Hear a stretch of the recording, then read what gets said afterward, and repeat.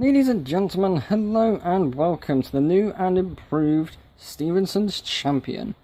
Smaller, but tidier, and a hell of a lot more better. There's a lot I really want to talk about. There was a lot of things I also wanted to try and get on camera for the modifications video, but I actually didn't, because I'm an absolute spanger like that. But this, I'm so happy with this. It looks so much nicer. So why don't we just jump straight in, shall we, to the front of the engine, where it's actually a bit of a mess. Now, it's a mess in the way where it's not really got anything going on there. It's just got a big space. It feels like something needs to go there. I never had any ideas for what should go there, so I just left it. I'll probably change it in the future, but for now, it's just, you know, a little thing for people to stand on, maybe. We do have two supporting drive wheels behind the little wall here. It looks so much better to have the supporting wheels here rather than the drive wheels at the front. It works for the original rocket, but for the quad, it just doesn't work. Now, there were a lot of things in this engine that were inspired, of course, by Big Red. The funnel was one of them. It was the original idea of having half the funnel kind of sticking out like that, and the rest of it at the top. And I've also taken this little bit here, which is inspired from a previous model, where I kind of focuses and controls where the smoke would come out of the funnel, which probably actually won't work. It probably just, normally like the smoke's supposed to go upwards like that, but that's probably just going to blow it sideways like that and just get in everyone's faces. So, but you know, just looking at that, I think it looks really nice. Another detail on the top, like a little lever, or lever if you're American, just sticking out there because, again, why not? We do have two little ledges or platforms, whatever you want to call this, going along the side there for workers to come on top of them and just to do a bit of cleaning. It looks very nice. These were brown to start off with, but I thought the brown just, nah, it's not too good. It's not very, no, what's the word? It doesn't work well with the yellow, basically. Given that this engine's going to have a lot of yellow, brown just didn't work. But the white stuck out very well, so I gave that a go, and I'm glad I went with it. We do have a much smaller boiler, and we do have a nicer looking boiler, I should say. The chunk in the middle, of course, is like the focusing sort of bit where it decides where, you know, some steam's going to go to this set of wheels and some steam's got to go to this set of wheels for it to work. And it does look really nice. That just looks cozy. That on its own looks really, really nice. Very good indeed. Coming over to the cab, we do have not too tall, to be honest. There's only 4 bricks tall, so the guy inside is actually sitting down. He is the top hat man that did drive the original rocket, but I've taken him out to put him into this one, of course. These little teeth pieces are actually being used as like little flag sort of ornaments. It's interesting how to use these because it's, you know, you have to put these in a very specific position for them to work. Sadly, I couldn't get one more in because there's a gap of 5, as you can see by the studs there, but there's only 4 teeth on top. And again, this is probably the best position I could put them in if I do keep them. So again, experimental. I've never used these pieces before, but it's quite nice to have them, to be honest. The cab is just a simple idea. There's no slope pieces. It's just a bunch of flat tiles going across and creating like a triangular shape along the top, as you can see there. I'm trying to get a good angle. There we go. So yeah, using those tiles is obviously a nice thing. I like having some tiles to hand. These are the ones remaining from the previous Bricklink orders, which is pretty nice.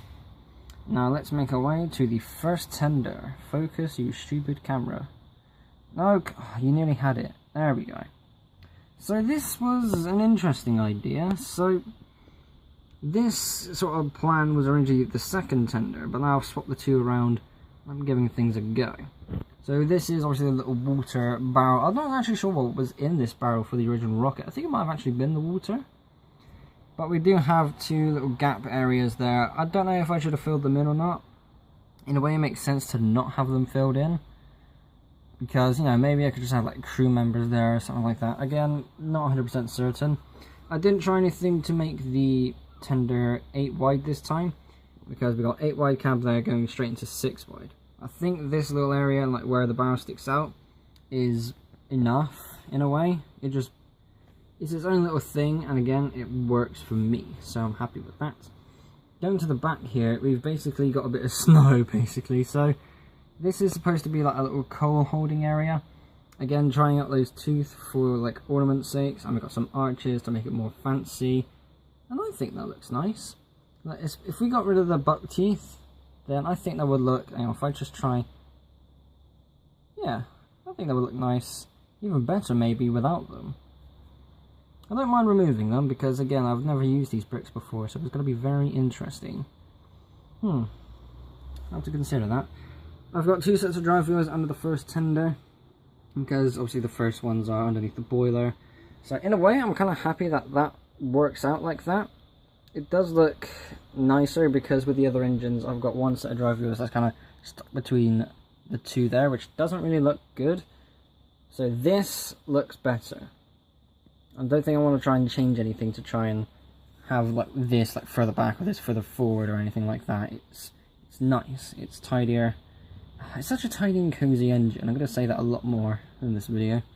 Now we move on to the second tender, and oh my gosh, compared to the last second tender, this is a massive improvement. I have another coal standing, or sort of sitting area rather, not standing. So again, copying the arches and the ornaments. I think I'd rather call them ornaments than teeth because it sounds more professional.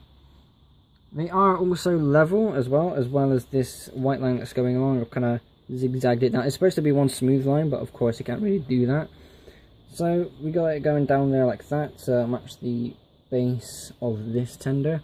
I've also kind of carried the idea of it sloping down, as you can see here. I'm using some slope pieces, and I've got a little something in the gap, which I'll get to in just a moment. And yeah, I think this looks nice. Having a lower tender looks better. Plus, it's a better excuse for me to say I don't have any more of those yellow brick pieces, so, you know, all good in the end. I do have a Legoland piece on both sides as well. Actually, I can turn it around. There we go, Legoland on each side.